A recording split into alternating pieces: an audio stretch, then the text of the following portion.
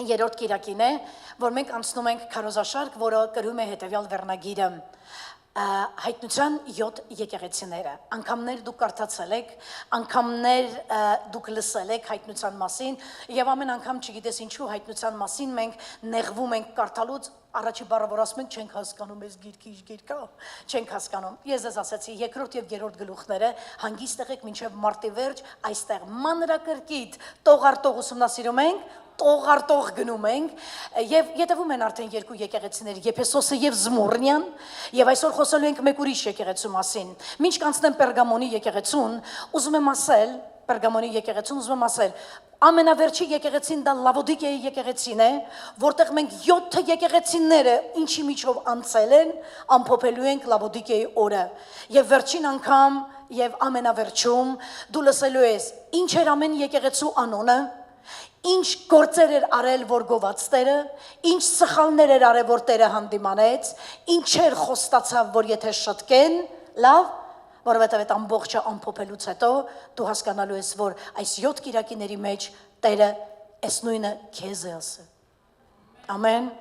Եվ այսպեսով երրորդ եկեղեցին հերթականությամբ հետևյալն է Պերգամոնի եկեղեցի։ Ուրեմն եք միասին միանգամից կարդանք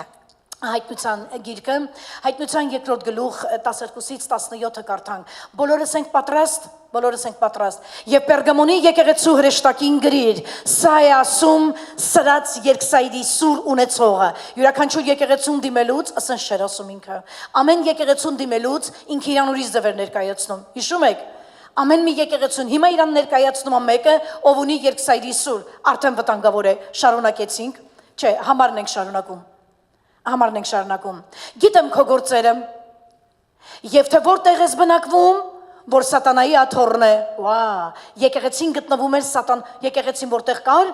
գտնվում էր հենց այդտեղ սատանայի աթոռը։ Սա արդեն բարդ բան է, գնանք առաջ, որտեղ սատանայի աթոռն է։ Եվ իմ անունը պահում ես, եւ իմ հավատքը պահում ես շուրացար, եւ շուրացար այդ օրերը, որ դժվար օրեր էին ձեզ համար, որ իմ անտիպաս ուրեմն հավատարիմ վկան սպանվեցավ ձեր մեջ, ուր որ կրկնում է սատանան է բնակվում։ Հետո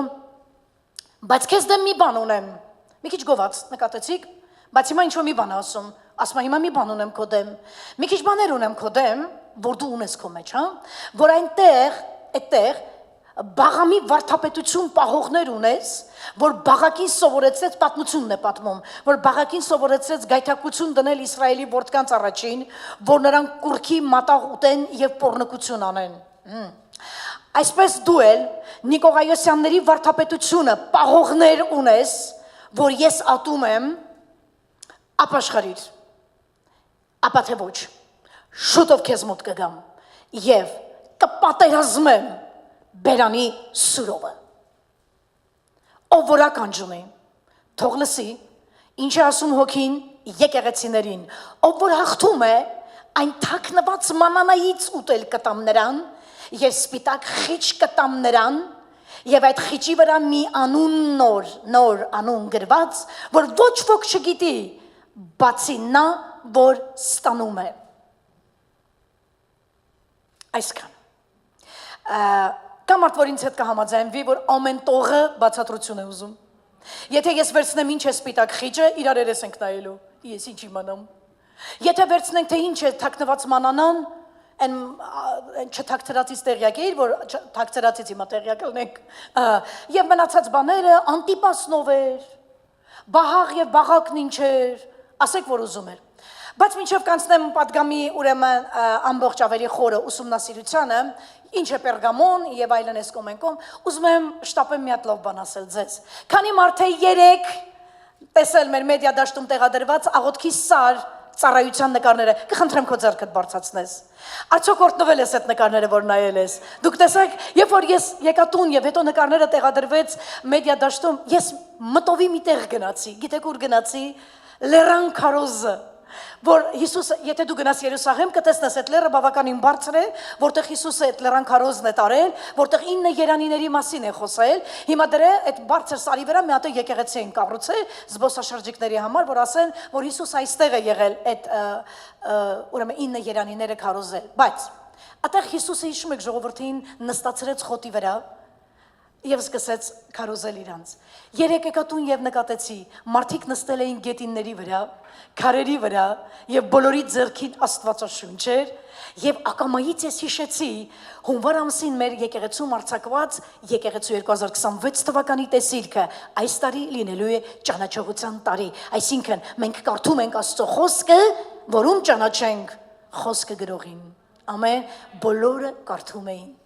բոլորը խորացած ուսումնասիրում էին Բահաղի եւ Բաղակի պատմությունը, որ այսօր երբ որ լսեն, հասկանան կարդացողները ինչի մասին էր, քանի որ այն շատ երկար է այստեղ պատմելու համար, բայց ես օրհնված էի։ Հետո մենք վեր կացանք եւ սկսեցինք աղոթել, ես երկար ժամանակ մաքրել եմ իմ աչքերս։ Այդ նկարը տեսնելուց այնքան է օրհնվել, ժողովուրդը նստած գետինների վրա, խոտերի վրա կարդում էր Աստծո խոսքը։ Սա ուզում եմ ասեմ, որ այն տեսիլքը, որը հռչակել էինք, թե լինելու է ուրեմն ճանաչողության տարի, այն արտակարգ գործում է տնային խմբակներում, աղոթքաժողովում, անհատների կյանքի մեջ, ընդհանուր եկեղեցում, դուրս սրա համար Հիսուսի։ Ալելույա, Փառք Հիսուսին, իսկ հիմա արագ վերադառնանք Պերգամոնի եկեղեցի եւ ես ուզում եմ որ դու իմանաս սա ամենաահավոր հեթանոսական պաշտամունքների խոշոր քաղաքն է եղել, բոլոր կոնցենտրատը ամբողջ հեթանոսական տաճարների գտնվում էր Պերգամոնում։ Այստեղ էր կայսրի պաշտամունքը, այստեղ էր օրինակ Զևս Ասկիլեպոսի պաշտամունքը եւ այլն, եւ Պերգամոնի տաճարը, այդ եկեղեցում, այդ քաղաքում դրված տաճարը համարվում էր ամենավեհաշուկ, հիմա նայելու եք, ամենավեհաշուկ տաճարը այդ ժամանակների մեջ։ Եկեք միասին մի նկար նայենք։ Միասին նկար նայենք։ Սա նայենք։ Ուզում եմ որպեսզի բոլորդ անգլերեն են գրել հատուկ որ լավ բոլորդ տեսնեք, մի հատ նայեք, սա Պերգամոն քաղաքն է, որտեղ եղել այս եկեղեցին,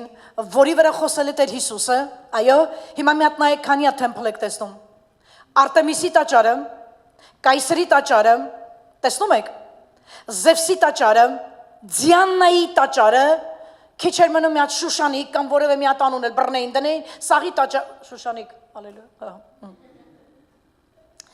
Ալելույա, մի հատ անուն, ինչ, Դիաննա եւ այլն, մի հատ Դիաննա էլ ունենք, ալելույա, Փառք Տիրոջը։ Հիմա նայեք, սա Պերգամոնի եկեղեցին էր, սա Պերգամոնի եկեղեցին էր, իսկ հիմա տակը նայեք այդ Պերգամոնի եկեղեցու այսօր, այս ժամանակների մեջ։ Նկատում եք նույն բանն է, տեսեք, մնացել է կտորները տակը, տեսնում եք։ Սակայն ես ուզում եմ որ մի հատ ուրիշ բանի վրա ուշադրություն դարձնես, որտեղ է գտնվում Պերգամոնն այսօր։ Դա Բերգամո քաղաքն է, որը գտնվում է այժմյան Թուրքիայում։ Բայց ես ուզում եմ հիմա հետ տան, համարը չենք կարդալու, ես քո հիշողությունն եմ ուզում հիմա թարմացնեմ, որ կարդալուց ասեց դա մի տեղ է, որտեղ դրված է Սատանի աթոռը։ Աստվածաշնչյան ուրեմն մասնագետները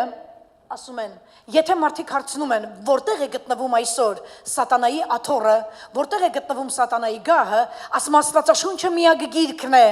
որ դրան տվել է պատասխանել, ոչ մեկ դրա պատասխանը չի տվել, եւ դա գրված է Հայտնության ուրեմն երկրորդ գլխի Պերգամոնի պատմության մեջ, այստեղ է քո աթոռը։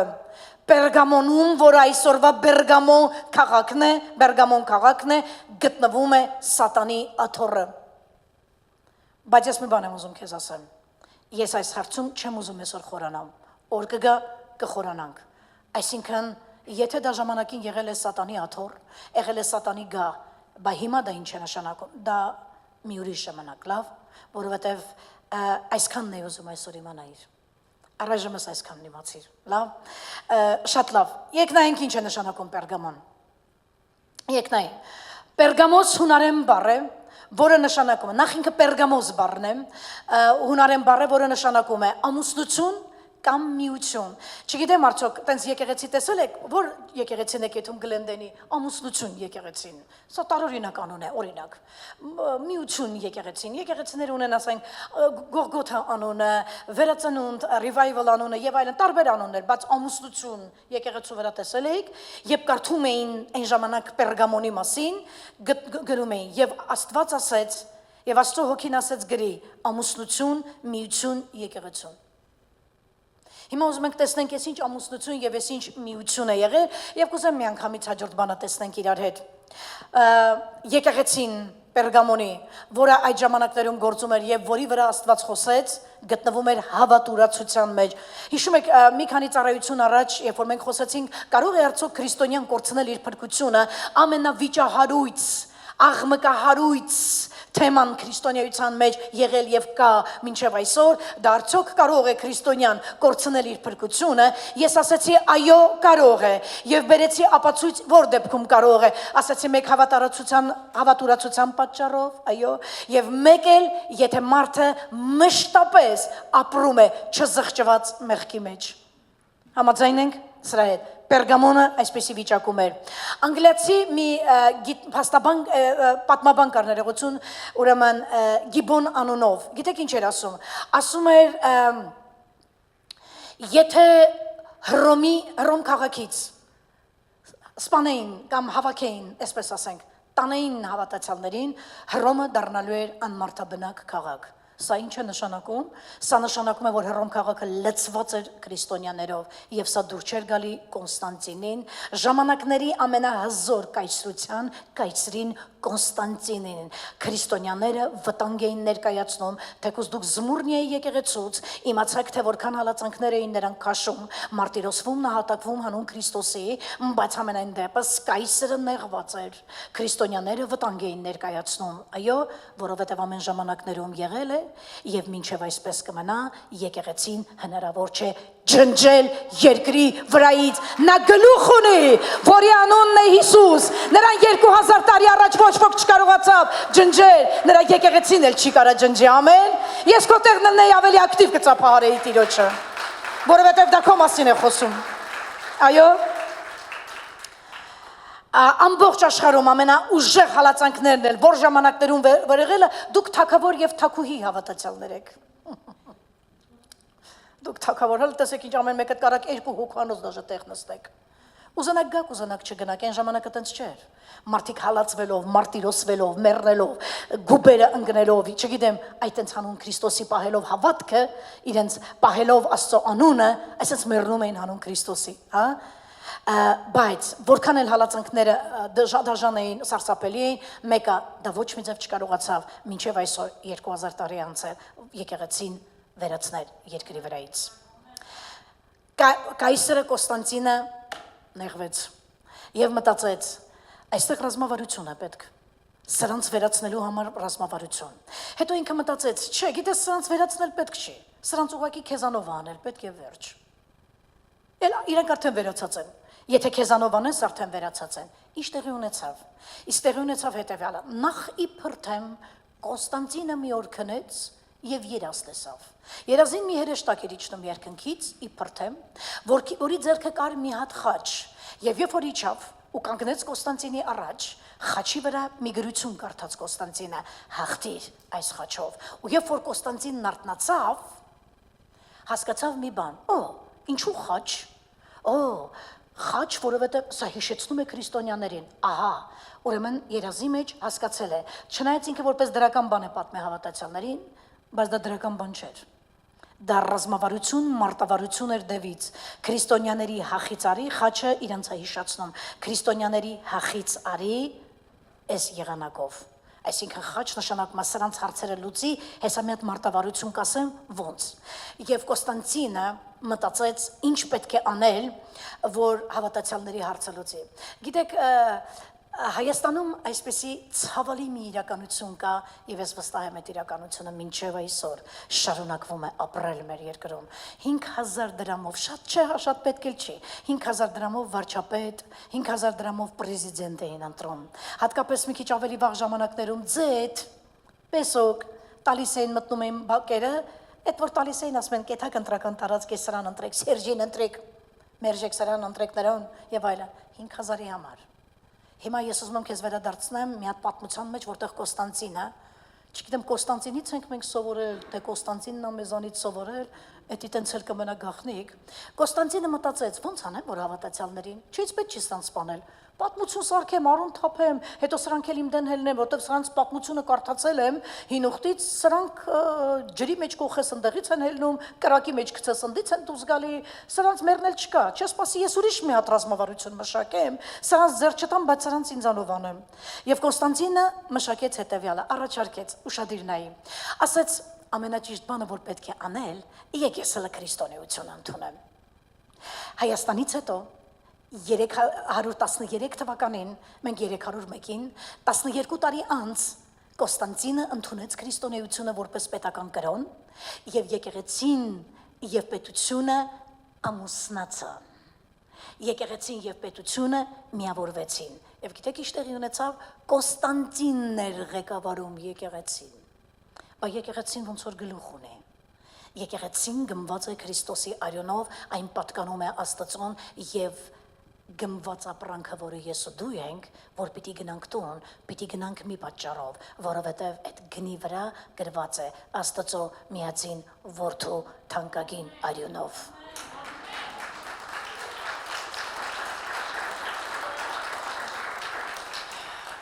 Սա լսիր։ Եվ Կոստանտինն ասեց, բան եմ առաջարկում ձեզ, եկեք մկրտվեք, երկրի պրեզիդենտը պիտի ասի ձեզի ով մկրտվի, երկրի պրեզիդենտը պիտի գամտնի եկեղեցի ասի եկեղեցին ինչ սովորի ինչ անի, Կոստանտինը մտավ եկեղեցի և ասեց, ձեզ տանում եմ ջրով մկրտվելու, և ասեց, մկրտվելուց հետո ձեզ փող եմ տալու, են 5000 իզուր չհիշացրեցի, բոլորին 2 հատ վերնաշապիկ տվեց սպիտակ, երևի ժամանակի դիֆիցիտ, չգիտեմ, դիֆիցիտ շորերից մեկն է եղել վերնաշապիկներ և մի քանի հատ արծաթ և մարդիկ համաձայնվեցին Կոստանտինի հետ և այսպիսով եկեղեցին միավորվեց պետության հետ և եկեղեցին ամուսնացավ և դրա անունը Աստվածաշունչը դրեց Պերգամոն, միություն, ամուսնություն պետության հետ։ Ուզում եմ մի բան նայենք։ Մարդկայնորեն եղբայրներ և քույրեր միգուցե սա ձեռք բերում էր, որ Կոստանտինը իբրթեմ հավատացյալ դարձավ, բայց սա տիրոջ աչքերի առաջ շատ տհաճ բան էր։ Եկեղեցին ամուսնացավ աշխարհի հետ։ Սա հավատուրացություն է։ Կա մարդ որ հասկանում է, բարդ չի ձեզ համար, բարդ չի, շատ լավ, գնացինք առաջ, հիմա նայենք։ Երբ եկեղեցին միավորվում է աշխարհի հետ, եկեղեցու վկայությունը դառնում է խեղաթյուրված, քանի որ եկեղեցին պանդուխտ է այս աշխարհում, նավակը լավ է ջրի վրա, բայց ոչ թե ջուրը նավակի մեջ, ամեն, եղբայրներ և քույրեր, ես էլ այս նախադասությունը շատ կասեմ մինչև պատգամի վերջը, ամեն գնով մեզ պետք է պահպանել երկրի վրա մեր սրբությունը և զատ մնալ աշխարհից, ամեն գնով։ Այո, հիմնա մի հատ հայտնությունից, որ կարդացինք ես Պերգամոյի պատմությունը, ինձ մի բան է հետաքրքրում։ Ասում է Պերգամոնի եկեղեցու հրեշտակին գրի, սա է ասում սրած երկսայրի սուր ունեցողը։ Սա ինչի մասին է խոսում։ Երկսայրի սուր ունեցողը, երկսայրի սուրը, եթե մենք վերադառնանք Եփեսացիների թուղթը, որտեղ երկսայրի սուրի մասին գրված է, մենք բոլորս վաղուց ի վեր արդեն գիտենք, որ երկսայրի սուրը դա Աստծո խոսքն է։ Ասում է քեզ հետ է խոսում նա, ով ունի սուր իր ձեռքին։ Սուր նշանակում է դատ, այսինքն նա, ով որ խոսքով դատելու է քեզ, այո, խոսքով դատելու է, հաջորդ բանը նայենք հայտնությունից, գիտեմ քո գործերը, թե որտեղ ես բնակվում, որ սատանայի աթոռն է և իմ անունը պահում ես և իմ հավատքը չուրացար այն օրը, այդ օրերին, որ իմ անտիպաս հավատարիմ ծառան ունեցել ձեր մեջ, որ մի հատ էլ այդ անտիպասից հետո անմիջապես ասում է, ուր որ սատանան է բնակվում։ Նկատում եք ինքը քանի անգամ է էսի ասում։ Եթե դու պատմության մեջ փորձես գտնես անտիպասը ով է, ասում անտիպասը իմ ծառան է եղել։ Բայց եթե դու գտնես նման անունով մարդ, դու չես գտնելու։ Ինչու, որովհետև հայտնության գիրքը դա մարգարեական գիրք է եւ այնտեղի դրված բոլոր անունները առաջին ծառայությունից եմ ասել, մարգարեական են։ Ուստի կխնդրեմ հաջորդ բանը նայես վերաբերվող անտիպասին։ Անտի հունարեն նշանակում է հակառակ, հա, դեմ, և պաս նշանակում է ամբողջ, այսինքն անտիպաս, սա մի ծառա է եղել, որ ամբողջովին դեմ է եղել Պերգամոնի եկեղեցում կատարված անաստվածություններին։ Ասում է և իմ ծառա անտիպասին ունեմ, անտիդեմ մարդ, դեմ ամբողջ բաներին, և անտիպասին դրա համար սպանեցին։ Ուզում եմ իմանաս, որ պատմությունը սկսում է բորբոքվել։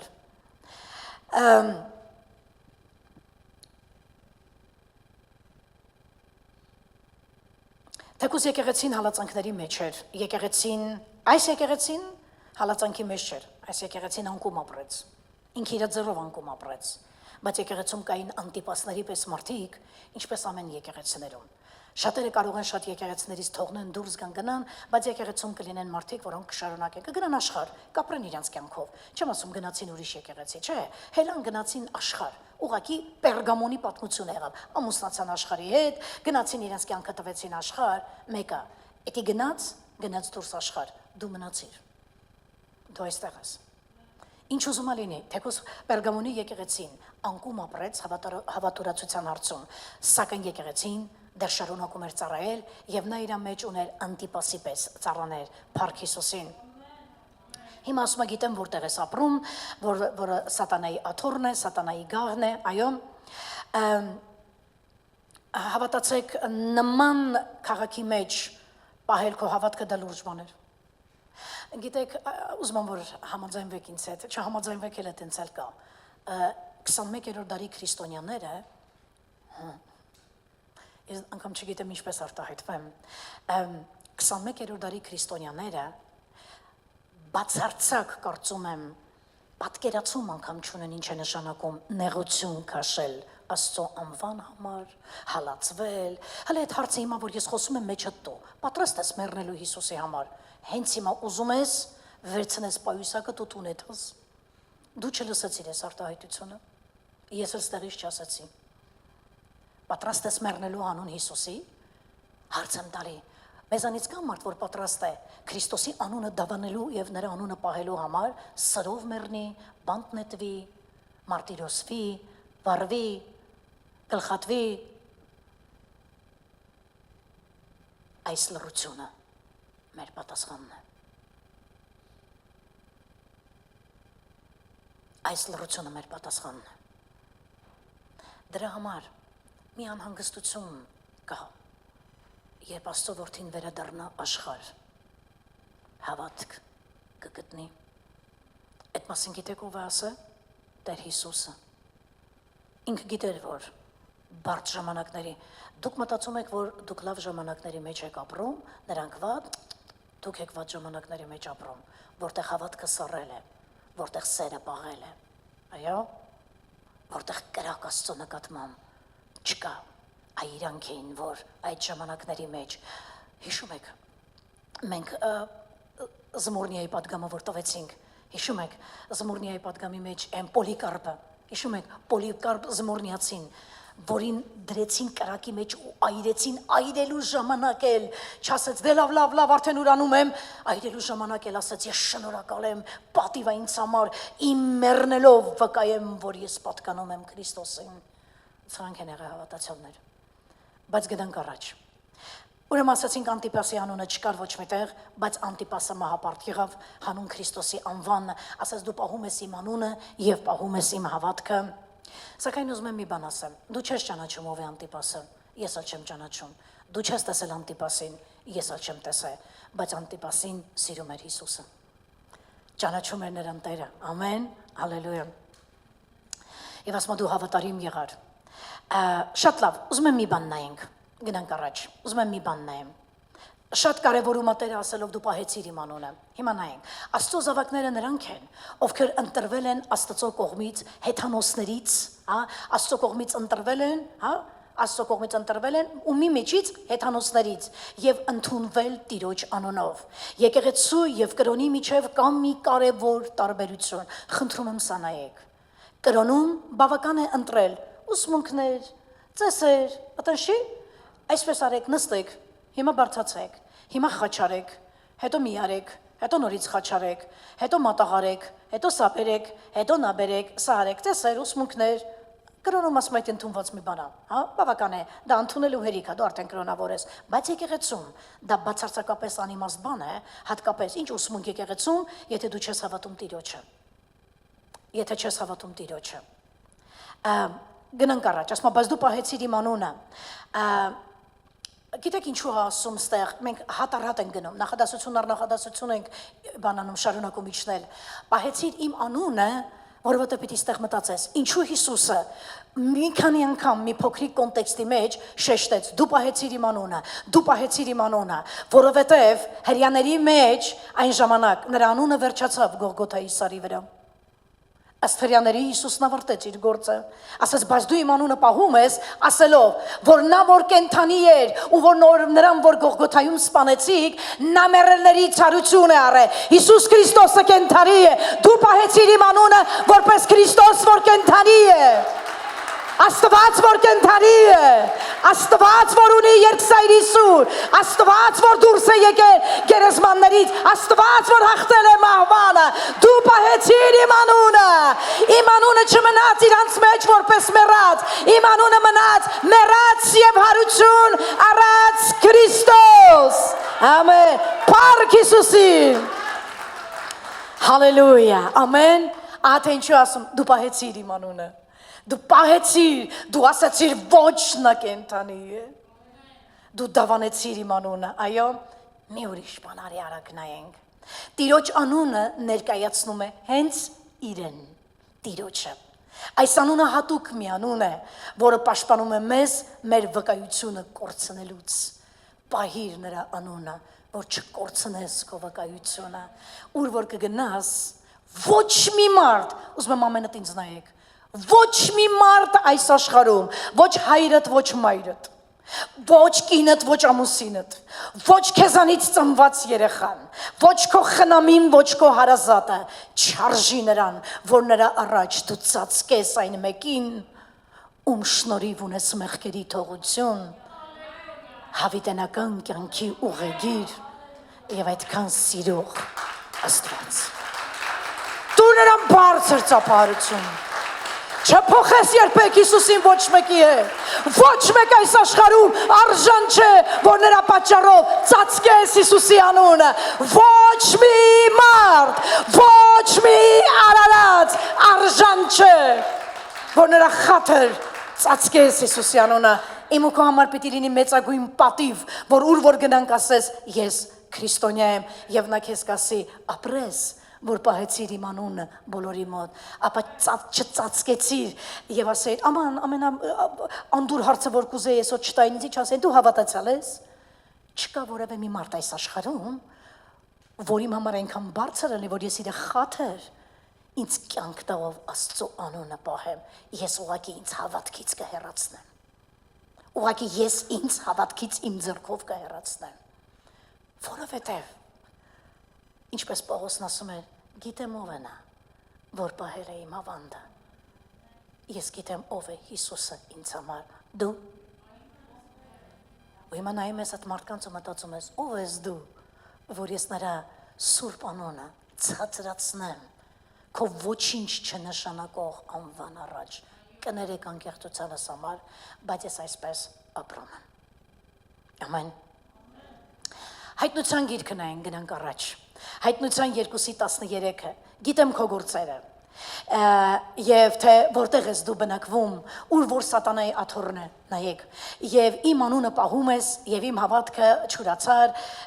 13-ում ուզում եմ մեկ ուրիշ բան տեսամ, Անտիպաս հավատարիմ ծառան սպանվեց ձեր մեջ, որ կար, եւ ուր որ սատանայի աթոռն է, որովհետեւ սա կարդում եմ նրա համար, որ հիմա հասնենք միտեղ, որի անունն է սատանայի աթոռ, ասում է դու պահեցիր քո դավանությունը, Եվ իմանաս, որ մեզ համարել Քրիստոսի դավանությունը պահելը դա ամենաառաջնային եւ կարեւոր անելիքներից մեկն է այս երկրի մեջ, որ դու ապրում ես։ Ես ուզում եմ ձեզ ծանոթացնեմ ճշմարիտ քրիստոնեության հետ, սիրելի եղբայրներ եւ քույրեր։ Քրիստոնեությունը նա չի, եկար վազեցիր, ապարեցիր, եւ նոր էի դարձի եկել։ Հեռավոր 30-ական թվականներին, 30 տարի առաջ 90-ականներին, այդ ժամանակ մի հատ եղբայր ունեինք, այսօր տեսա իմ առաջին հովիվին, 90 տարեկան էր դարձել, երեք Ֆրեզնոյում իր ծնունդն էին արել, նայում եմ այդ զառամյալ ծերունի, 90 տարեկան, նրանից եմ լսել առաջին անգամ, ակնոցները իջացրեց եւ ասեց, հավատքը թան չի, փրթած մածուն չի, մի ոտանի կլաս խաղալ չի, ամեն, հավատքը ամեն մարդու բան չէ, դու պահեցիր իմ անունը, Եվ պահեցին այնտեղ, որ սատանայի աթոռն է, դա բարդ է, ոչ մի եկեղեցու հետ այսպես չի խոսել նա, որ քո մեջ սատանայի աթոռ կա, ու դուք տեսաք Պերգամոնը, խոշոր հեթանոսական պաշտամունքի քաղաք էր, եւ քանի հատ տաճարներ մի շարքի վրա կանգնած էին, դուք գիտեք, դա դիվական աշխարհի աստղաբույլն էր, որ դուրս էր գալի գիշեր ու ցերեկ Պերգամոն քաղաքի միջից, էդի դիվական, պատկերացնում եք, էդի դիվական համաստեղություն էր, որ ամեն առավոտից իրիկուն քուրմերը, քրմուհիները երկրպագում էին, ուրեմն կայսրական պաշտամունքը, Զևսի պաշտամունքը, Ամֆրոդիտը եւ այլն մյուսների պաշտամունքը։ Այդ ամբողջը տենց տեղի էր ունենում Արտեմիսի եւ այլն։ Շատ լավ, բայց գնանք առաջ։ 14 խոսքում բան եմ ուզում տեսնենք։ Բայց քեզ դեմ մի բան ունեմ։ Ոնց որ ասում եմ մի քիչ բաներ ունեմ, մի հատ չի, մի քիչ բաներ ունեմ,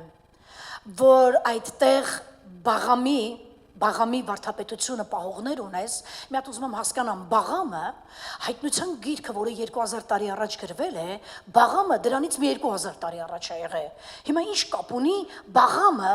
որը մարգարե էր հին ուխտում, հայտնության գլխում էսի ոնց հայտնվեց, որպես վարդապետ, իր վարդապետությունով Գիտեք, պետք է նայենք, կրկնում եմ, որ սա մարգարեական գիրք է, եւ Բաղամը իր վարդապետությամբ հայտնության գրքում, էլ մարդ չէր, դա դև էր։ Հին ուխտում այն մարգարե էր, Հեզաբելը Աքաբի կինն էր, Իսրայելի թագավորի կինը, բայց հայտնության գրքում հաջորդ եկեղեցիներից մեկը, որ ասում է Հեզաբելը ունես քո մեջ, Հեզաբելը դա արդեն դև էր, էլ կին չէր։ Պարզ է, շատ լավ։ Հիմա 14-ում ասում է, բայց քեզ դեմ մի քանի բաներ ունեմ, որ այդտեղ Բաղամի վարդապետություն պահողներն ունես, որ Բաղակին սովորեցրեցին գայթակղություն դնել Իսրայելի որդկանց առաջ, որ նրանք կուրքի մատաղ ուտեն եւ պոռնկություն անեն։ Այստեղ ուզում եմ կանգ առնեմ, եթե դու ունես, քանի մարդ ունի Սուրբ Գիրքի ձեռքին հարգելիս մի հատ է ձեռդ բարձրացրի, մի եղվի։ Ունեք Սուրբ Գիրք, տանը գոնե ունեք, տանը ունեք։ Գնա տուն այսօր, կարդա թվոց 22, 23 24, 25 գլուխները, մեկ է 31 գլուխը։ Կկարդաս, մենք 3 ժամ ենք հատկացրել, դա նստել ենք, խոտի վրա կարդացել ենք, լավ, ինչու ենք կարդացել, որ հասկանանք, սա ինչ Բաղամի վարդապետության մասին է խոսում, մի հատ էլ Բաղակ է այստեղ ասում, խառնում ենք սաղեն իրար, Բաղակ, Բաղամ,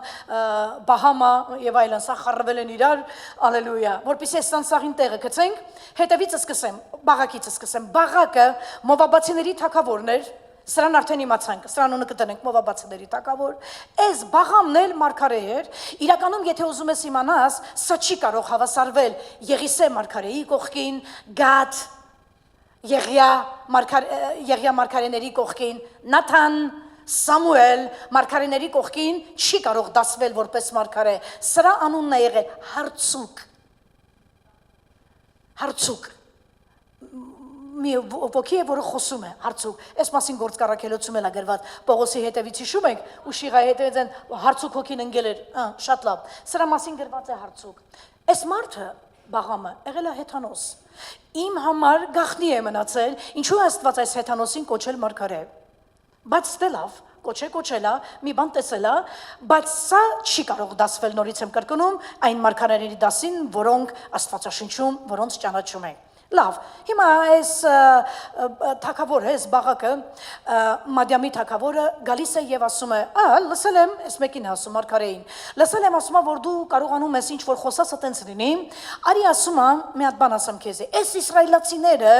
Այդ ինչքան գլուխ ասացի կարդաս, էդի հիմա մի քանի րոպեում եմ քեզ ասում է այդ իսրայելացիները, որ Եգիպտոսից ճանաչում ես դրան, բա ճանաչում եմ, Եգիպտոսից որ դուրս են եկել ասում է, աշխարհը ծածկեցին ասում է, դուք էլ այդպես արտահայտություն ունեք, չէ՞ ստե, հрьяաները ծածկել են, այդպես կա այդպես արտահայտություն,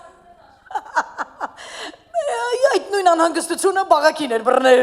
ասաց ես որ Եգիպտոսից սրանք դուրս էին եկել, եւ եկալ են ասում աշխարհը ծածկեցի, ծովի պես դառան ասում, ասում սրանք ինձ համար վտանգ են ներկայացնում, արի կանգնի անիծի սրանց, ես մտածում եմ թակավոր մարդ ես ինչ աղմաղ ճանապարհ որոշեցիր, ասենք ես Բաղաղը անիծեց, այս Բաղամը անիծեց, նրանք էլ ինչ եղան, դել ասում հա կգամ, որ գալիս է ճանապարհին տերն ասում է, բա այդ ուր ես եթում, բա բարև Բաղամ, Այդ ինչ ես նստել ես շիտ վրա եթում ես, այդ էլ իրակադիլակներ էլի։ Վերջը, ուր ես եթում, բատեղ եմ եթում, բա գիտեմ ուր ես եթում, այդպես իմ ժողովրդին անից ես ախմախ։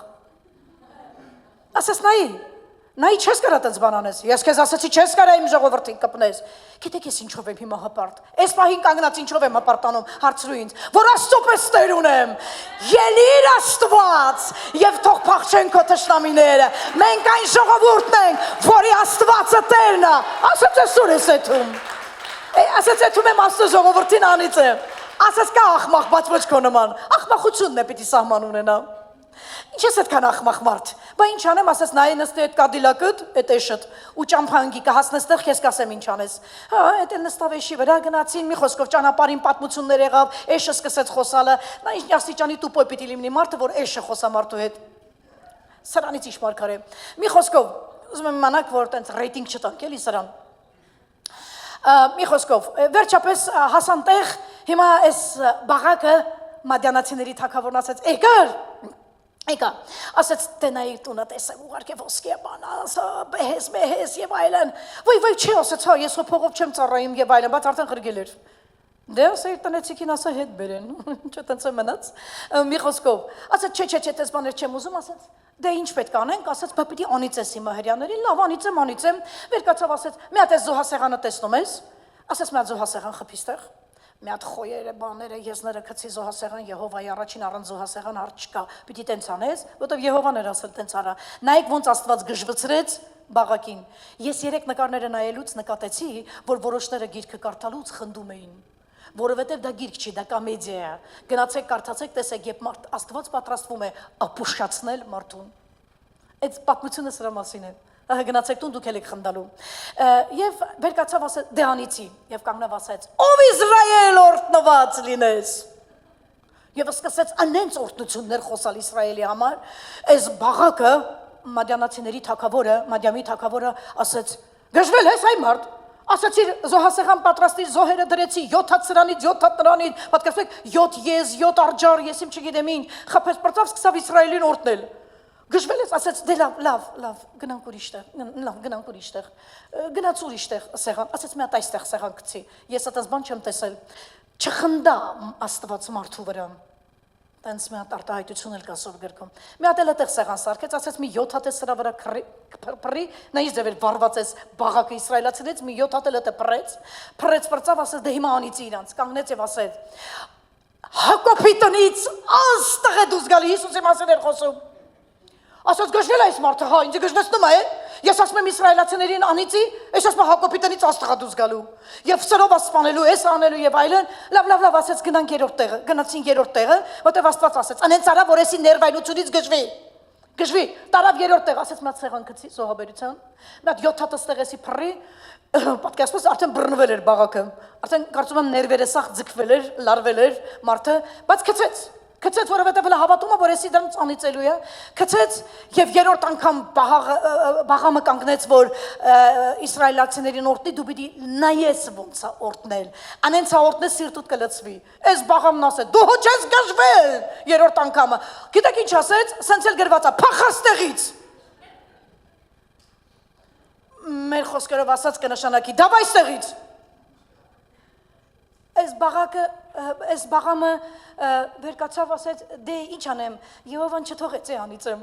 ասեց, բա ինչ անեց Եհովան, ասեց օրտնի, ասեց գնաց տեղից, գնա քանի քեզ չեմ սպանեմ, բայց գնալուց մի հատ վատություն արեց ինքը, այս բաղամը, որ երգում էր, գիտեք ինչ արեց, 25-րդ գլուխը ավարտվում է հետևյալ խոսքերով, թե բաղամը ասեց բաղակին, արի քեզ ասեմ ոնց վսյոտըքի իսրայելացիներին հաղթի, գիտես խի ասեց, որովհետև բաղակը իրատուն ապրանքեր ուղարկե, մտածեց մի ձև պիտի հատուցեմ, թե չէ։ Եվ երեք ինձ մոտեցել են հարցնում են, ախր սուրբ գրքում որտեղ է գրված, որ սա բաղամը արեց, ախր սուրբ գիրքը 25-րդ գլուխը ավարտվում է, ու դուք չեք տեսնում, որ գրված է, թե բաղամը, այս ախմախ մարգարեն, ինչ ասեց բաղակին, մադամի թագավորին, որով հաղթեց իսրայելացիներին, 31-րդ գլխում է թաքնված, կգնաք տուն կկարդակ լավ, ես էլ ձեզ հանձնարարություն 22-ից 31-ը կարդակ, հաջորդ կիրակ եկեք ստեղ ձեզ իշխանշան եմ տալու, որ այդքան կարդակ։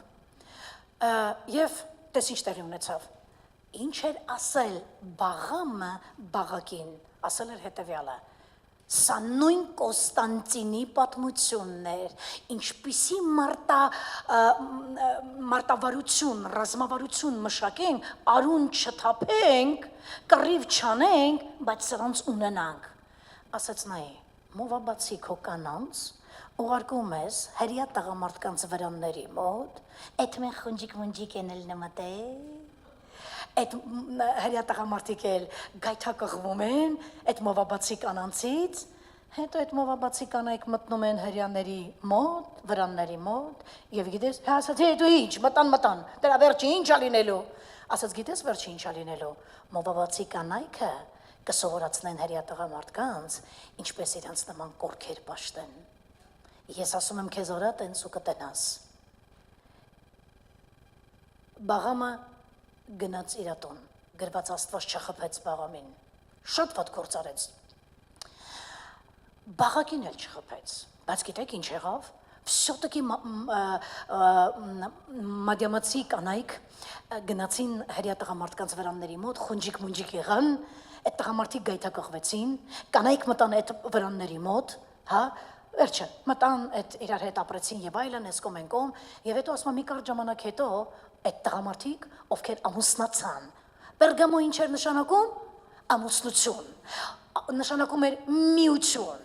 այն հրյա տղամարդիկ, որ միացան, այն հրյա տղամարդիկ, որ ամուսնացան, մադյամացի կանանց հետ, սկսեցին մադյամի կանանց նման կռապաշտությամբ զբաղվել, ահա Բաղակի վատությունը հրյաներին, և գրված Աստված այդ սխալի համար, ոչ սրն խփեց Բաղամին, ոչ Բաղակին խփեց, բայց 24,000 հրյա մեռավ այս սխալի համար, բայց ես նեղվել էի երեկ, բայց երկուսը, որ ծեծուտ էին, սրանք էլ վատ չերելնեին, սյոտեք ես Բաղամը վատ բան արեց, 31-րդ գլխում գրված է, և Աստված սրով սպանեց Բաղամին, ով իր ժողովրդին տարավ կռապաշտության, որովհետև ասма սա սովորացրեց, թե ոնց Իսրայելը ամուսնանա աշխարհի հետ, ոնց Իսրայելը գնա և կռապաշտություն անի, Կոնստանտինն այս պատմությունը գիտեր և ասեց, եկ վերցնենք Բաղամի մարգարեության այս հատվածը և այս ստրատեգիան օգտագործենք հրյաների հետ արեց, 2 հատ վերնաշապիկով, մի քանի արծաթով հավատացյալներին ունեցավ, եկեղեցին ընկավ։ Բաղամի վարդապետություն, որ գրված է, հասկանալի էր ինչպես էր, հասկացաք ինչ էր, փառք Տիրոջը, եկ մի բան նայենք իրար հետ, ասում ենք եկեղեցի, մենք անցյալ կիրակի նույնպես կխնդրեմ ուշադիր լինեք, որովհետև եթե հանկարծ հավաքույթի վերջում որոշեմ, այ վերջի նստածին կամ առաջի նստածներից որևէ մեկին հարցնեմ, ինչ է նշանակում եկեղեցի, ինչ կպատասխանես, անցյալ կիրակի խոսել ենք, այս կիրակի ստիպված եմ նորից բերելու, և ես խնդրում եմ, որ բոլոր նրանք, ովքեր բացակայ եղները անցյալ կիրակի ուշադրությունը դարձնեն եկեղեցի բառը հունարեն, եկլեսիա բառն է, որը նշանակում է դուրս,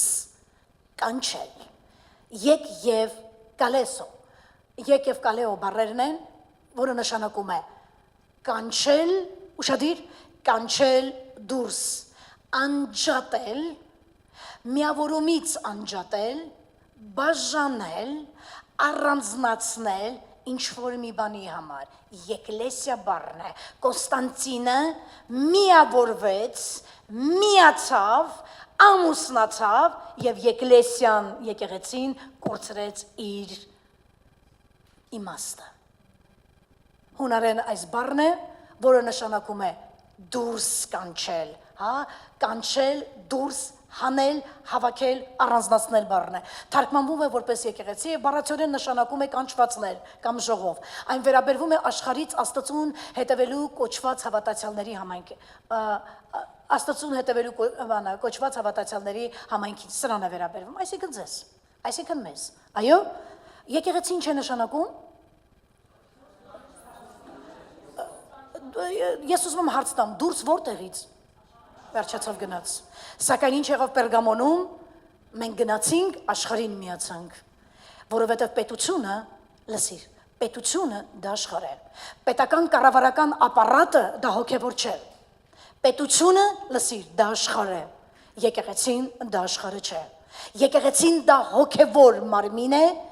աշխարհը եւ պետությունն ու կառավարությունը աշխարհային մարմին։ Կարող ենք էսի տարբերել։ Աստվածաշունչն ասում է դու չփորձես սրա հետ միավորվես, որովհետեւ եկեղեցու Տերը եւ եկեղեցու գլուխը Քրիստոսն է, աշխարհինը Կոստանտինը։ Նորմալ է, թող Կոստանտինն ինչ ուզում անի, բայց նա չի կարող մտնել Աստծո փոխարեն եկեղեցուն ղեկավարել։ Հասկացաք այստեղ Աստծո խանդը որտեղ էր բարձացել, որտեղ է հավատուրացության վրա։ Շատ լավ, ուզում եմ գնանք առաջ։ Գնանք առաջ։ Ցավոք սրտի, կա մի իրականություն, որի մասին չենք կարող չխոսել։ Դա նայվում է, դա դիտվում է, կա ստատիստիկա։ Այսօր քրիստոնյաների մեծամասնությունը ուզում է երևալ, ուզում է փառավորվել, ուզում է շատ հարուստ լինել, ուզում է շատ մեծ ու ճանաչված լինել։ Ինչու՞։ Միթե Աստված քեզ կանչել է, որ դու լինես ճանաչված։ Դու արդեն ճանաչված մարդ ես։ Դու արքայությունում ճանաչված մարդ ես։ Ես երբեք այդ եղբոր վկայությունը չեմ մոռանա, որ ասում եմ, երբ ոտս դրեցի արքայություն, բոլոր արքայության բնակիչները ինձ ճանաչում էին։ Ես նրանց ոչ, բայց նրանք ինձ ճանաչում էին, եւ նրանք շատ սիրով ինձ դիմավորեցին, կարծես նրանք մանկուց ինձ ճանաչում են։ Դա է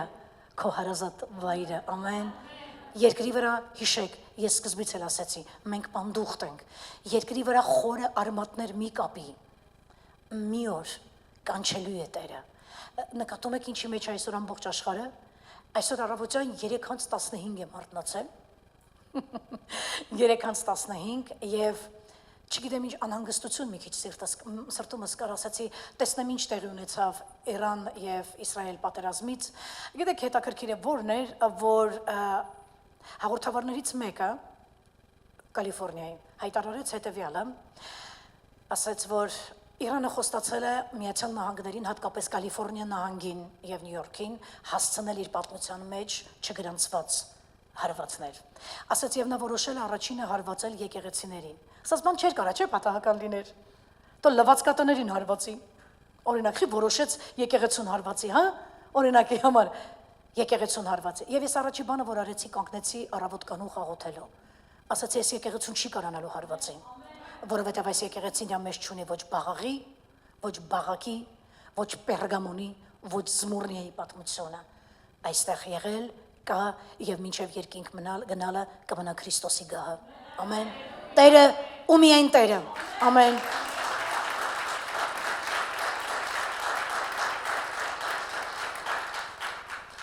Ինչի միջով է այսօր աշխարհն անցնում։ Շնության, պոռնկության, ագահության, փողամոլության եւ ամենացավալին գիտեք որն է, որ սրան նայում են հավատացյալները եւ ասում են, բայց ինչի մենք չանենք որ։ Ինչի մենք չանենք որ փառասիրություն, երևալ, փողամոլություն, 10 էլի է քիչ լինելու եւ այլն։ Լսեք բարեկամներ, ուզում եմ որ դու հանգիստ ապրես։ Դու այն ինչ ունես Հիսուսն է որոշել, որ այդքան ունենաս։ Այդքանի մեջ որ հավատարի մեղնես, էլի է տալու, որովհետեւ տալը կամենալը գրված է Իրանից։ Այն ինչի մեջ որ կաս, ինքը գիտի, քեզ տվել է այնքան որ համ հագնվես, համ ուտես, համ կերակրես քո երեխաներին։ Մի նմանվիր աշխարհին, մի փորձիր դուրս գաս ես եկլեսիա կոչվածից, մտնել աշխարհ, ամուսնանալ կամ միավորվել աշխարհի հետ, որ աներ այն բաները, ինչ անում է աշխարհը։ Կամ մարդ որ համաձայն է ինձ հետ, համաձայն է։ Ուզում եմ մի հատ հայտնի Հովիվի խոսքեր ասել Հակոբոսի, որը Հիսուս Քրիստոսի մարմնավոր եղբայրն է, իմիջայլոտ Հակոբոսի թուղթ։ Լավ, սա էլ կարդանք, Բաղամի վարդապետության գլխավոր նպատակը այն էր, որպեսզի քանդեր պատնեշը եկեղեցու եւ աշխարհի միջև, որպեսզի արդյունքում եկեղեցին թափանցի կարգապաշտությունը։ Եղավ այտենց թե ոչ։ Եղավ։ Եկեղեցին ընկավ եւ եկեղեցին դառավ մարմնավոր, այո, եկեղեցին դարձավ մարմնավոր, ցավոք սրտի։ Այդ եկեղեցուն, Պերգամոնի եկեղեցուն կործանող երկու խոշոր մեղքերն էին շնությունը եւ կռապաշտությունը։ Բայց եթե թույլ տաք ես ես մի բան կասեմ, ինչ որ շնության մասին ես կարդացի, ոչ, սակայն շնությունը այստեղ աշխարհին հետ սերը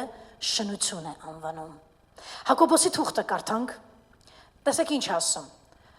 Կա չէ որ մեկին գրում ես կամ զանգում ես, ասում ես բարև, ոնց ես, նայ ոնց ես սկսում։ Շնացողներ։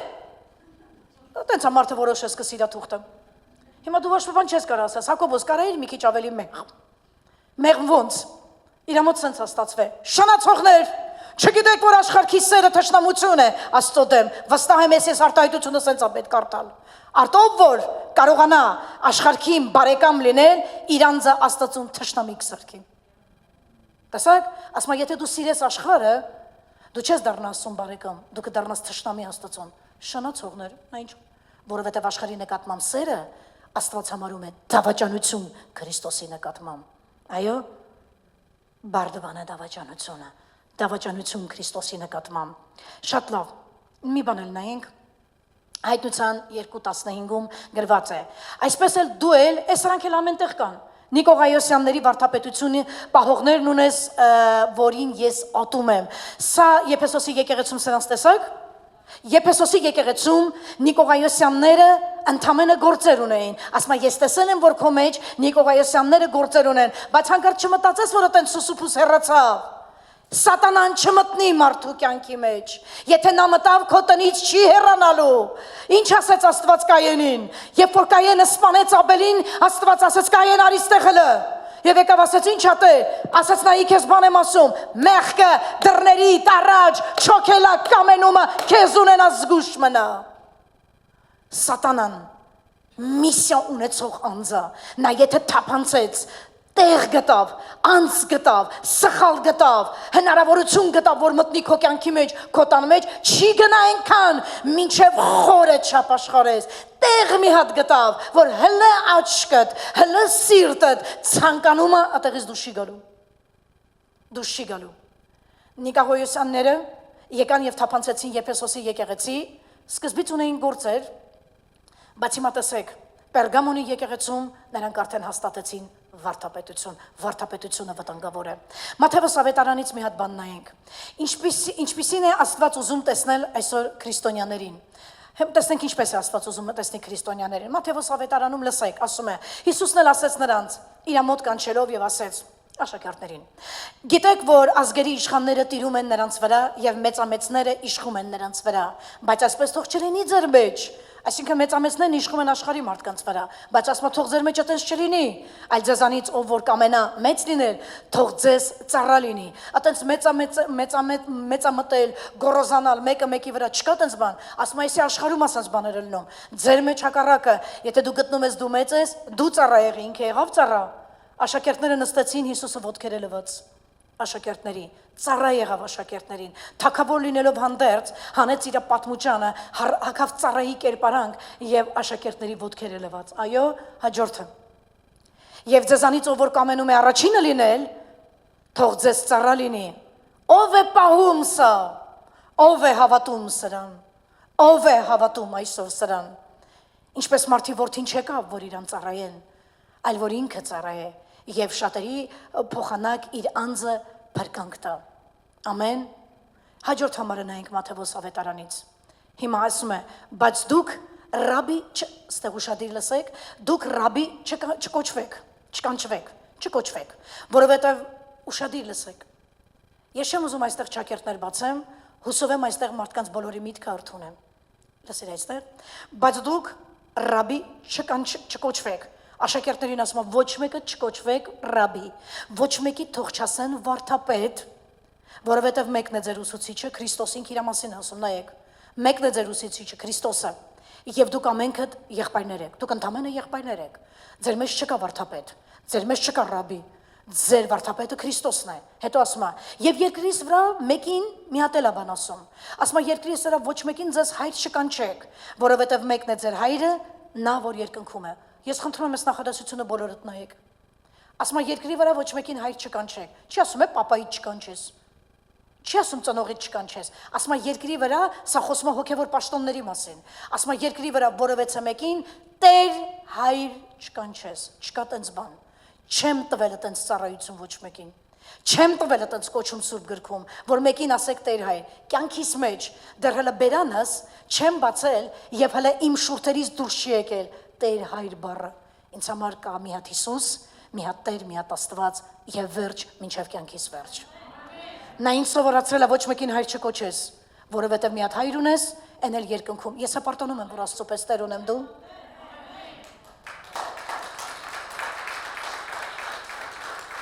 Ինչ ենք այստեղ տեսնում, եկեղեցին հիմնված է Քրիստոսի կողմից եւ հարուստներին, մեծամեծներին համար ասենց տեղ չկա, որ գան իրանք կլաս դառնան։ Կլաս հասկանում եք ինչա, կարգ վեկալեն, որովհետեւ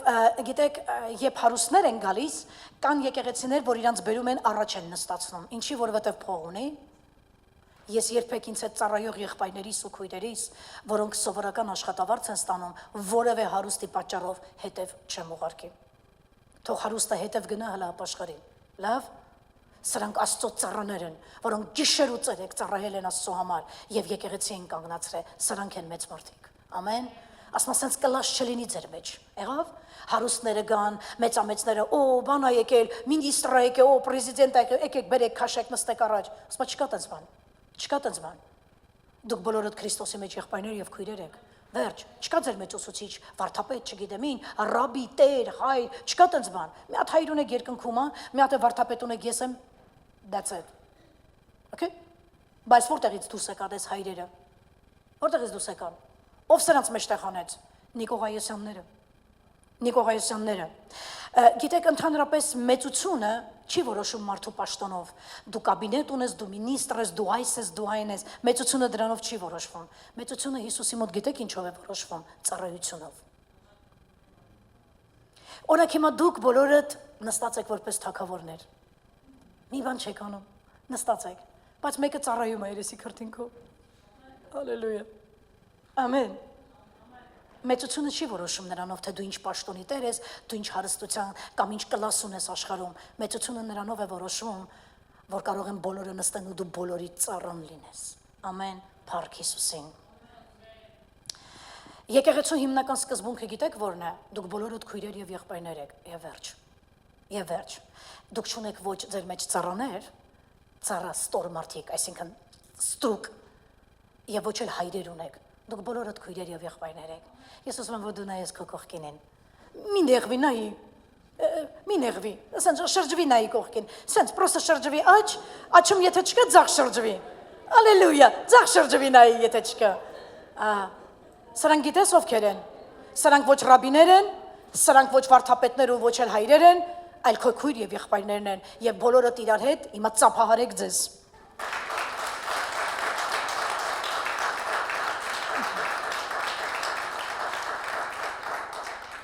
Եվ այսպեսով մենք տեսնում ենք ինչպես հիմնվեց հոգևոր հայրերի համակարգը, մի բան ենք նայում, արագ նայենք, եթե դու չես կարող նստել յուրիկ եղբոր կողքը, որովհետև ինքը քո եղբայրն է, եւ կամ չես կարող նստել քո այս քրոջ կողքը, որը վիկան է, որովհետև քեզ համարում ես հոգևոր հարցերում մասնագետ։ Ես որ Աստվածաշունչը գիտեի, դուք որտեղ եք եւ այլն, որ քեզ համարում ես մասնագետ, սրան էլ համարում ես դմբո, տգետ, դու Նիկողոսյան ես։ Որքան էլ ծիծաղացնի մեզ Աստծո խոսքը, վերջում այնպիսի լրջություն է, որ մի տոննա մեղրով չենք կարող կուլ տանք։ Եթե դու չես կարողանում սովորական մի քրոջ կամ եղբոր կողքը նստես, որովհետև դու բրենդային պայուսակ ես, բռնը ինքն է ռոսի ծառ է։ Լավ այդ ռոսն էլ կա։ Չէ դու չես կարող, որտեղ դու դնում ես քո սունկան 3000-անոցը, սրանը $30 էլ չկա։ Չէ, սրա կողքը չեմ կարող։ Ես մատել աշկիստակով, մատ աշկիստակով գցեմ տենամով ալուի վթամվեկալ է, հոպ, տեղափոխվեցի այն կողմ։ Հիսուսն ինձ մի բան է սովորացրել։ Նայրը եղիր աղքատների ընկեր։ Որովհետև ես որ եկա, թագավոր է եւ աղքատների բարեկամ եղա։ Ամեն։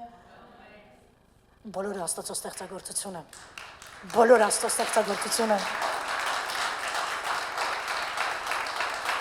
Ամեն։ Քո կողքին նայի, գիտես ինքը ով է, ինքը Աստծո աչքի բիբն է։ Ցանկացած մեկը, որ այստեղ նստած է, Տիրոջ համար արժեքավոր թանկ մարդ է, որովհետև նա Քրիստոսի որդին է, մյուսը նրա դուստրն է, ամեն, եւ ամենի վրա Քրիստոսի թանկ արյունն է թափած, եւ եթե ինչ-որ մեկը կդժվարանա, գիտեք, ես մարդիկ կա, որ կասեն, սրա կողքը չեմ սիրում նստել, եւ անմիջապես ես հիշում եմ, ուրեմն դու Նիկողայոսյան ես, որովհետև նրանք ասում էին, մենք Աստծուց 1 աստիճան ներքև ենք, բայց ձեզանից 10 աստիճան բարձր։ Հասարակ հավատացյալներին էին ասում, քավլիցի, որ ոչ այս, ոչ ուրիշ եկեղեցիներում չթափանցի Նիկողայոսյանների խայտարակ դիվական ուսմունքը։ Ես ուզում եմ ասել հետևյալը, որ Եփեսոսի եւ Պերգամոնի եկեղեցիների վիճակը տարբերվում էր իրարից հետևյալով. եթե Եփեսոսում սրանք Նիկողայոսյանները մտել էին որպես գործեր անողներ, գործ էին անում, ապա Պերգամոնի եկեղեցում վտանգավոր բան տեղի ունեցավ։ Այն դարավ Նիկողայոսյանների գործը վերածվեց գործից ուսմունքի։ Հիմա ուզում եմ որպեսզի լսես մի բան։ Ունենալ սիրուհի դա անառակ վարք է։ Եվ որպեսզի այդ անառակ վարքը ուզում ես արդարացնես այդ ոնց ասեմ այդ մեղավոր վարքդ փորձում ես արդարացնել Սուրբ գրքից համար գտնելով որ ապացուցես որ սիրուհի ունենալը մեղք չէ դա վերածվում է ուսմունքի եւ դա վտանգավոր է ունենալ սիրուհի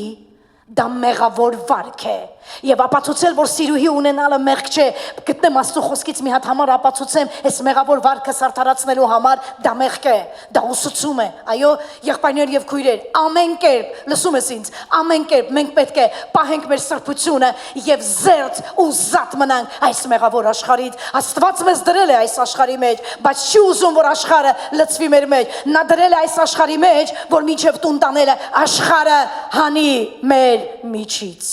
Ամեն, հալելույա, փառք Տիրոջը։ Հայտնության համար նայենք, որտեղ հասնելու ենք մանանային ամենակարևոր տեղը։ Ապաշխարիր, ապա թե ոչ շուտով քեզ մոտ կգամ եւ կպատերազմեմ նրանց հետ իմ բերանի սրով։ Այսինքն, այստեղ Աստված ուրիշ զենք չի ուզում օգտագործի, ասելով, հիշում եք ինչ ասեց, բանին ասեց, ապաշխարի Եփեսոսին, եթե ոչ կգամ, ինչ կանեմ, ճրակակալը տեղից կշարժեմ։ Եթե Աստված փորձի մեկի ճրակակալ, այսինքն իրան, շարժի, դա նշանակում է դու գնացիր Ֆորեսլոն։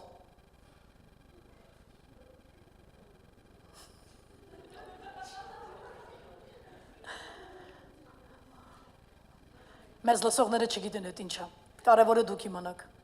ճրակակալը տեղից հետ կշարժվեմ, ասաց կջնջեմ քեզ հողի վրայից։ Ստեղ էլ ասում է կգամ կպատերազմեմ բերանից սուրով գրված է երկինքն ու երկիրը կանցնի բայց նրա բերանից դուրս եկած ամեն խոսքը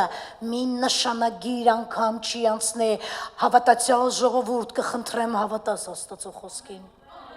Երկինքն ու երկիրը ասած կանցնի բայց իմ բերանից դուրս եկած այդ խոսքը որը սուր է չի անցնի ամեն խելոք պահի քեզի թե չկգամ իմ բերանի խոսքով ավարտդ կդնեմ Այդ Ֆորեսլոնի մոմենտ է, էլի։ Շատ լավ։ Հաջորդ բանը եկեք նայենք։ Հայտնության 2:17 ես շտապում եմ հասնել այնտեղ, որով էլ ավարտվում այսօրվա մեր պատգամը, հասնեմ այնտեղ, որտեղ գրված է մի կարևոր բան, որը կարծում եմ շատերիս համար խիստ գաղտնի է։ Խիստ անհասկանալի է։ Դա որն է, արի կարդանք։ Ով օրական ջունի թող լսե, թե ինչ է ասում հոգին եկեղեցիներին, ով որ հաղթում է, թաքնված մանանայից ուտել կտամ, Թաքնված մանանայից ուտել կտամ նրան եւ սպիտակ խիչ կտամ նրան եւ այն խիչի վրա մի նոր անուն գրված որ ոչ ոք չգիտի բացի նա որ առնում է երկու բան որ բոլորիս համար պիտի դառնա պարզ բացի մա պարշե ինչ է թաքնված մանանան եւ ինչ է նշանակում սպիտակ քար խիչ կամ քար դա նույնն է տարբերություն չդնես հիմա նայենք ինչ է իրանից ներկայացնում նայենք հաջորդ բանը Անապատի մանանան, քանի մարդ այս պատմությունը հիշում, որ Իսրայելի ժողովուրդը երբ որ Եգիպտոսից դուրս եկավ, անապատով անցնում էր, գոնե հիշում ենք էսի, Փառք Հիսուսին, անապատով անցնում էր եւ Աստված ամեն օր նրանց մանանա էր տալի, ասում էր շաբաթվա 6 օրերը մանանան կեր եւ չհավաքես, բայց վերջին օրը հավաքիր, որովհետեւ 7-րդ օրը հրաները չէին սիրում աշխատել եւ 7-րդ օրվա համար մանանան հավաքում էին նաեւ 6-րդ օրը։ Շատ լավ, մանանան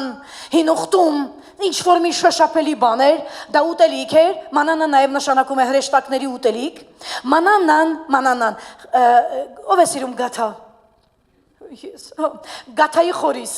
գաթայի խորիզի նման է եղել, մենք չենք տեսել, գիտեք չէ հայերելն ենք ասեն, մենք էլ ենք կերեմ մանանա, մենք էլ ենք կերեմ մանանա, ինչպես երեք ասեցին, դրախտը եղել է Հայաստանում, Չէ, մենք ոչ մի ձև այդ գաղափարից չենք ասում։ Մերնա եւ վերջ, մերնա եւ վերջ։ Շատ լավ։ Հիմա անապատում մանանա են կերել։ Դուք կերել եք մանանա։ Չէ։ Հիմա խորը հարցնեմ կարող եք մեկնասի հա կերել եմ։ Հայերը կերած կլինեն։ Վերջացավ գնաց, ահա։ Ուրեմն անապատի մանանան եւ թաքնված մանանան, եղբայրներ եւ քույրերս տարբեր բաներ են։ Հիմա մենք տեսնում ենք անապատում մանանա հին ուխտում, հետո մանանան նորից հայտնվում են նոր ուխտում,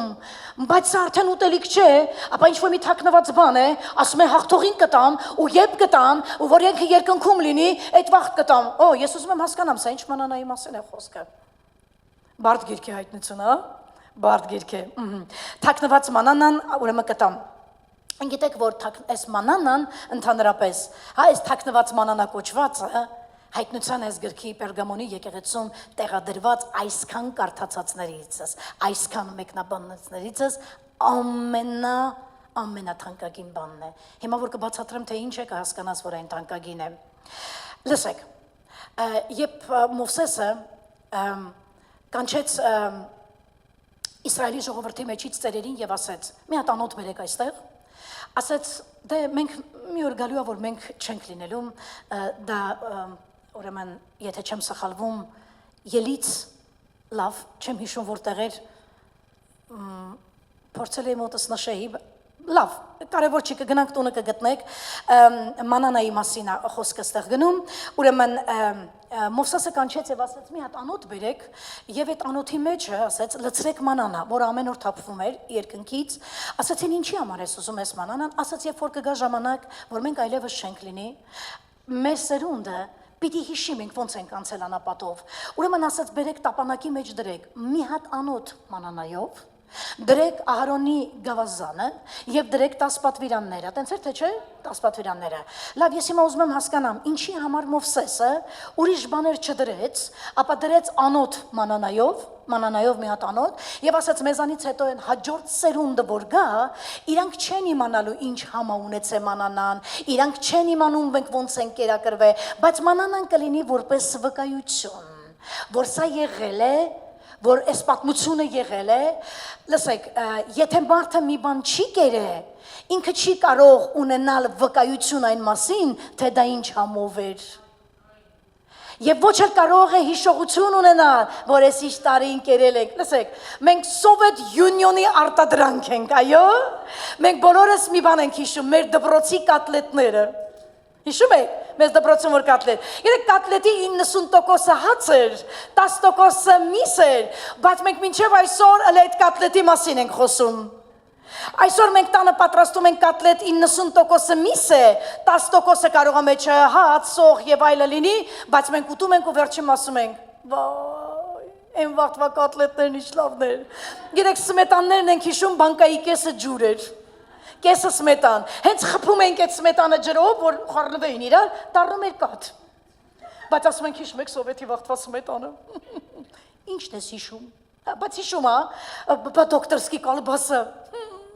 Հիշում եք դոկտորսկի կալբասը, ով է Սովետ Յունիոնի արտադրանքի ես։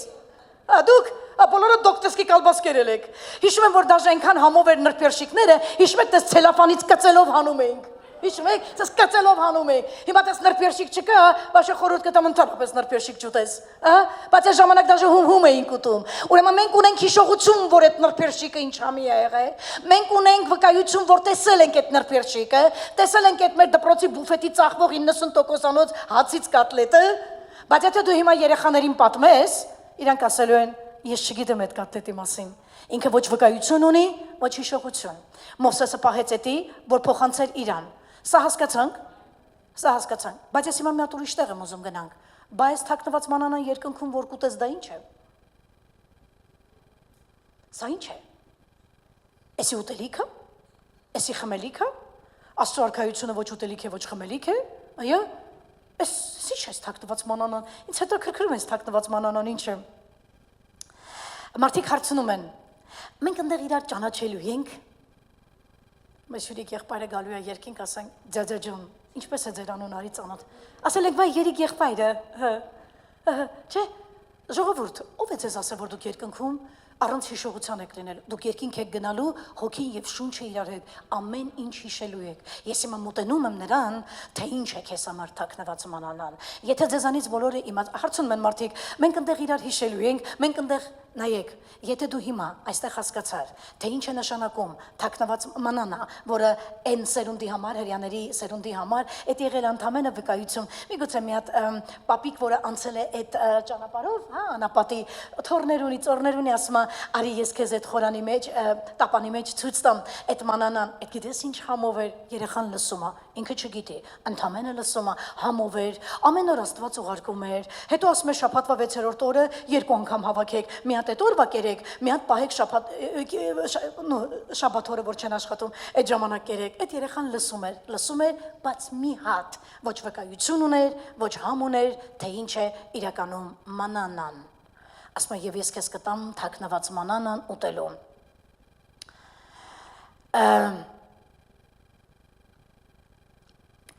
Ուզում եմ մի կարևոր բան ասեմ։ Եթե դու հիմա հասկացար թաքնված մանանայի իմաստը, ապա կիմանաս, թե արդյոք այն որևէ օգուտ կբերի երկնքում քեզ համար, թե ոչ, որովհետև քեզ համար թաքնված մանանան լինելու է նույնպես վկայություն։ Եթե թաքնված մանանան վկայություն էր, ճիշտ է,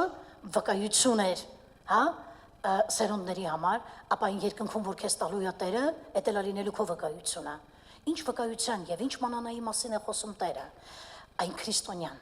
որը չի անցել նեղ ճամփով, փշոտ ճամփով, Քրիստոսի անվան համար, երբևիցե ոչ հալածվել է, երբևիցե ոչ ունեցել է իր դավանությունը, չի ունեցել կյանքում զրկանքներ, նեղություններ, դժվարություններ, հանուն հավատքի, հանուն Քրիստոսի, հանուն Տիրոջ, չի կանգնել իր հավատքի համար, այդ քրիստոնյան չունի մանանան, վկայություն եւ հիշողության սիմվոլն է երկնքում քո թաքնված մանանան լինելու է քո անցած ճանապարհները, քո չարչարանքները, քո ցավերը, քո մարտերը, քո պայքարները, քո կանգնելը, հավատալը, մինչև վերջ Աստծուն սпасելը։ Այո, ես հավատում եմ, հավատարիմ է խոստացողը։ Ընկել ես, վեր ես կեցել, լացել ես, նորից ես վեր կացել, ծիծաղել ես, ընկել ես, լացել ես, աղաղակել ես, բաց վեր ես կացել, բաց ասել ես, հավատում եմ նա կգա, ես հավատում եմ, հավատարիմ է խոստացողը, ես քո ճանապարհը, որ երկրի վրա անցել ես, երկնքում այն ցույց է տալու քեզ Տերը, եւ դա լինելու է քո թաքնված մանանան, եւ քո վկայությունը, որը մենակ դու գիտես։ Դրա համար մարդիկ հարցնում են, ինչի միջով որ ես այսօր անցնում եմ, երկնքում այդ մասին լինելու է խոսակցություն անպայման, երկնքում անպայման Եսուսը ցույց է տալու, գիտեք, Սաղմոսներից մեկում գրված է, Դավիթն ասեց, ավելին ասեմ քեզ, ասում է իմ աչքերից թափած արցունքները դու հատուկ ամանի մեջ ես հավաքում, որ քեզ ցույց տա, որ անգամ դաժե որ լացը սեղե, այդ արցունքներիդ հաշիվը դու չգիտես, բայց ինքը գիտի։ Սա ասում է այն մասին, որ Աստված ամենատես է, սա ասում է այն մասին, որ նա քո հայրն է, սա ասում է այն մասին, որ նա միշտ քո կողքին է, սա ասում է այն մասին, որ նա ներկա է եղել, դեռ դու չես ծնվել, մորդ արգանդում, քո ոսկորները դեռ չեր ձևավորված, նա գիտեր դու ով ես, ծնվել ես դու ով ես, երբ ես մահանալու, ոնց ես ապրելու, ինչ ես լինելու, ամեն բանից տեղյակ է, որովհետև նա քո Աստվածն է, քո անձնական փրկիչն է, ամեն, եւ քո թաքնված մանանան, դա քո վկայությունն է, որ ապրել ես երկրի վրա եւ ինչպիսի ճանապարհ ես անցել, դա քո վկայությունն է, ամեն, ալելույա։ Փառք Հիսուսին, դուք ինչ-որ մի բան վերցնում եք, չէ որ մենակ դու կհիշես, որ դու անցել ես այդ ճամփան։ Մանանան հիշողություն էր եւ վկայություն։ Այո, թաքնված մանանան։ Պատկերացնում ես դու գնալու ես երկինք, բաներ որ կա դու ես մոռացել, բայց նա քեզ հիշեցնելու է։ Ասելու ես, վա, ես իմ թաքնված մանանանը, Տեր, դու ես ճամփով իմ հետ ես անցել, ցույց տալու օրեր, երբ որ դու վայր ես ընկել ու գոռացել ես ցավից, խփել ես գետին, ու ես Տեր գոռացել ես, քեզ ցույց տալու, որ ես այդտեղ եմ եղել, անցել եմ քո կողքով, դու մտել ես ծոմերով եւ աղոթքներով, մի անկյունի մեջ կծկվեմ մի բուռ ես դարելու աղոթել ես, այդ ցույց տալու։ Թաքնված մանանան, դա քո հիշողությունն է եւ քո վկայությունն է, որը Տերը տալու է, որ դու ճաշակես եւ որ ասես, նա իրավի ինձ հետ է եղել երկրի վրա, բայց ես ուզում եմ, որ դու այսօր իմանաս, այսօր էլ հավատաս, նա քո հետ է ամեն վարքյան։ Դու Աստծո բարձրացած։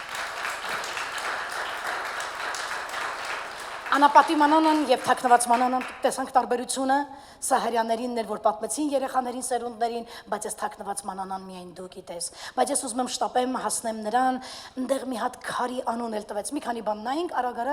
հաղթողին կտամ թաքնված մանանա ուտել, ինչ է սա նշանակում։ Սա նշանակում է, որ նրանք կունենան հիշողություն մենք, հիշողություն եւ վկայություն, որ այս ամենը ապրել եւ անցել ենք Տիրոջ առաջ։ Դրա համար սիրելի եղբայրներ եւ քույրեր, կայուն մնա հավատքիդ մեջ,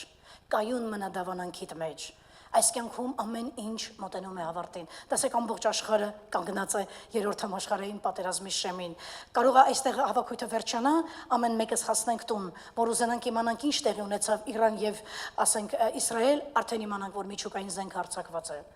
Օրինակի համար եմ ասում, ենթադրենք արձակված է։ Դա չի խոսում այն մասին, որ նրա գալուստը մոտենում է։ Զգացիք ինչքան ակտիվացավ, զգացիք ինչքան է ակտիվանում նշանները, նկատում եք ինչքան է ակտիվանում նշանները։ Այո, շատ լավ, անցնենք առաջ։ Հաջորդ բանը, Աստծո առջև մեր բոլոր փորձառությունները արժեքավոր են եւ դրանք ոչ մեկ չի կորչի։ Լացդ, ուրախությունդ, վկայություններդ, ծառայել ես, զոհաբերել ես, վկայել ես, ինչ որ արել ես, այդ ամբողջը արժեք ունի, գիտես։ Ամբողջը արժեք ունի։ Լավ, մի բան էլ նայենք, թաքնված մանանան, դա քո ամենօրյա մանանան է։ Այսօր որ դու անցար, նայի, երեկվա օրը որ դու անցար, դա մնաց քո պատմությունը։ Այսօր դա քո ներկան է, վաղը դա քո ապագան է։ Ամեն օրով որ անցնում ես, դա քո մանանան է։ Դա քո վկայություններն են, դա քո ապրած կյանքն է, դա ավարտած քո կյանքն է, եւ ավարտածի մեջ թողած լաց, ուրախություն, հաղթանակ թե պարտություն, բոլորը Հիսուսը հիշեցնելու է երկնքում, ցույց է տալու, այո։ Հաջորդ բանն եմ ուզում նայենք։ Եթե այս երկրի վրա սպիներ չունես, ուրեմն հաղթող չես, եւ երկնային մանանա չունես որպես վկայություն, բայց ես կարծում եմ, այստեղ մարդ չկա, որ սպի չունենա իր սրտի վրա, այո,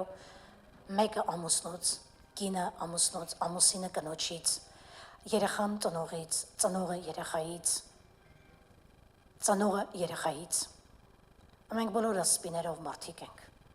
Եթե այս երկրի վրա սպիներ չունես, ուրեմն հաղթող չես, եւ երկնային մանանա չունես, որպես վկայություն, որովհետեւ սպիները քո թաքնված մանանան են։ Ամեն։ Արի հասնենք այդ սպիտակ քարին։